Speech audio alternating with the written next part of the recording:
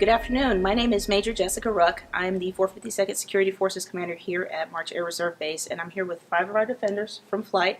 We're going to find out a little bit more about what they do on Team March Talks. We're going to ask our first question. So, guys, can you tell me about yourself? Absolutely. I'm Staff Sergeant Gonzalo Munoz. I've been in the military since 2002. I've been a military brat, so I followed my father's footsteps and joined the military, and I'm just still looking ahead. I'm proud I've done that. Good afternoon, I'm Sergeant Gallegos, born and raised in Los Angeles, so not too far from here. Enlisted in 2009, so went active duty with started at Lake Neath, Royal Air Force Base. Second base was Whiteman Air Force Base, and now I'm here working with the reserve unit.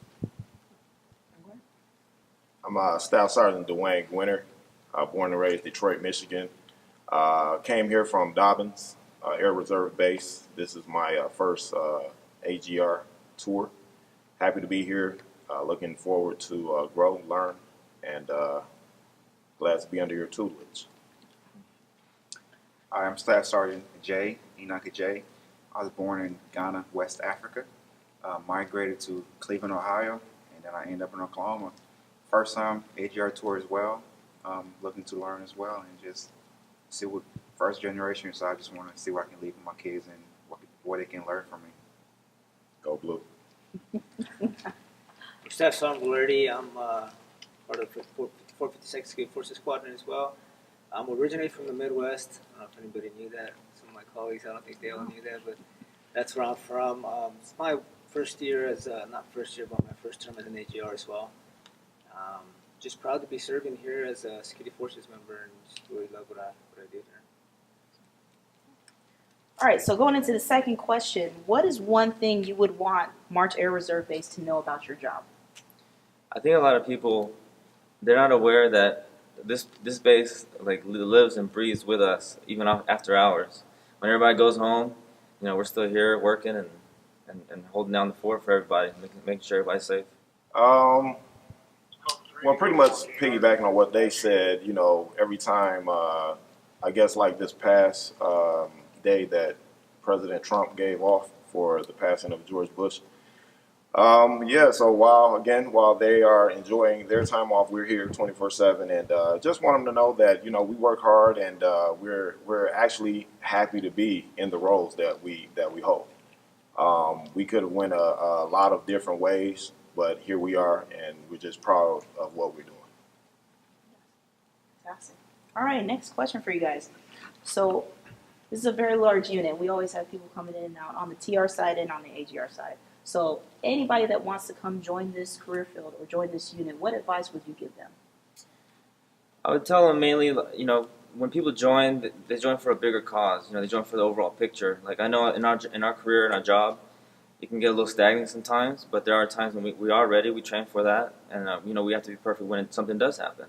But and overall, just look past all that and just admire the relationships that you have with your brothers and sisters out there on the line, because they have your back. So that's what I can tell them. Just look forward to that, and it's a good experience overall. Okay. The advice I would give future defenders would definitely be for our unit that there are a lot of opportunities, including the job we're doing now, AGR. You can do that. There's different sheds you can try. You can do CADM. You can work back office if you're more of an admin troop. And on top of that, there's other places you can go. There's plenty of opportunities. AJ? I would say March itself is a very unique base. Being one of the largest Security Force Reserve unit out there, there's a lot you can learn and a lot opportunities you can get yourself into.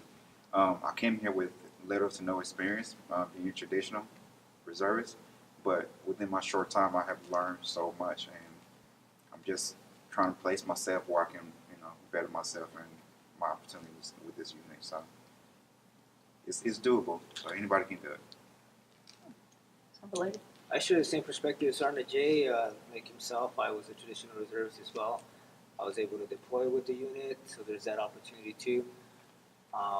like Sergeant Diego says, there is a lot of opportunities for different positions that you can acquire within the unit, experience, just different things that you can learn and appreciate as well. You know, one of the biggest ones, or not the biggest ones, but like one of the ones that where I was interested was the Raven program.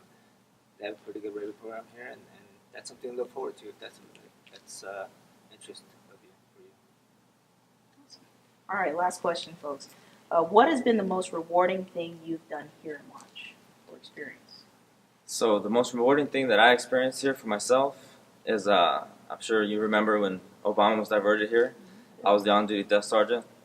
So it was like a circus. I was juggling the FBI, the CHP, Secret Service, and our commander, Colonel Allen at the time. And pretty much I could just sum it up as it was like an orchestra. Everything worked out smoothly. Everything went great. He was safe. He got to leave the base safely. And I take great pride in that because that was the last day that he served as Commander-in-Chief. So I'm very proud of that. Okay. Most rewarding time here I've had at March, I would say wasn't actually here, but when we deployed as a unit, we went to Al Dhafra and just felt good knowing that I was doing my part along with our unit. You haven't been here very long, but what you got? I haven't been here long, but the most rewarding for me, and I think Jay touched on it earlier, is the whole aspect around customer service. So for me, if it's brightening someone's day, you know, at the gate, because you get a lot of, you know, members that come in the mornings or in the evenings and they are down, or you never know what people are going through. So for me, if I can just say the smallest thing that can turn that frown into a smile, that does it for me. So. I can definitely contest to that. I have been posted a lot with this guy, and he will ask you some questions that, like, wow, did you really just ask him that? And it's okay. It's just to break the ice and, you know, just providing that customer service. But to answer the question, I want to say the welcome that I have received from a lot of people. This is a big change for me coming from where I came from, and definitely I have made a lot of family members, you know, friends, co-workers. So just the welcome has been a great experience. He can cook too. Let's test that out. Sorry, Valerdi? Well, I've had several experiences, I guess. Not just one particular one that comes to mind, but I've been able to be a part of several presidential support events that we have around here. And then I've been able to provide a lot of medical aid assistance to different individuals. So that gives me a little bit of a rewarding experience to be able to help somebody to get to where they need to be and get them out of what they found themselves in. So. Fantastic. Well, that was the last question I had for you guys, but it's all right. I'd like to take the opportunity to publicly thank all of you for what you do. Our job is demanding. I ask you guys to be kind of a jack of all trades. Sarvaleni kind of touched on it on the end of you kind of don't know what you're going to get on a day-to-day basis, and I'm asking you guys to be flexible and work with each other. That's not always an easy thing to do. And you're always here. You're right. It's a 24-hour-a-day mission. Thank you for what you do. I really appreciate it as your commander. I'm honored to be your commander. Thank you, ma'am. Detail, Ted Hood.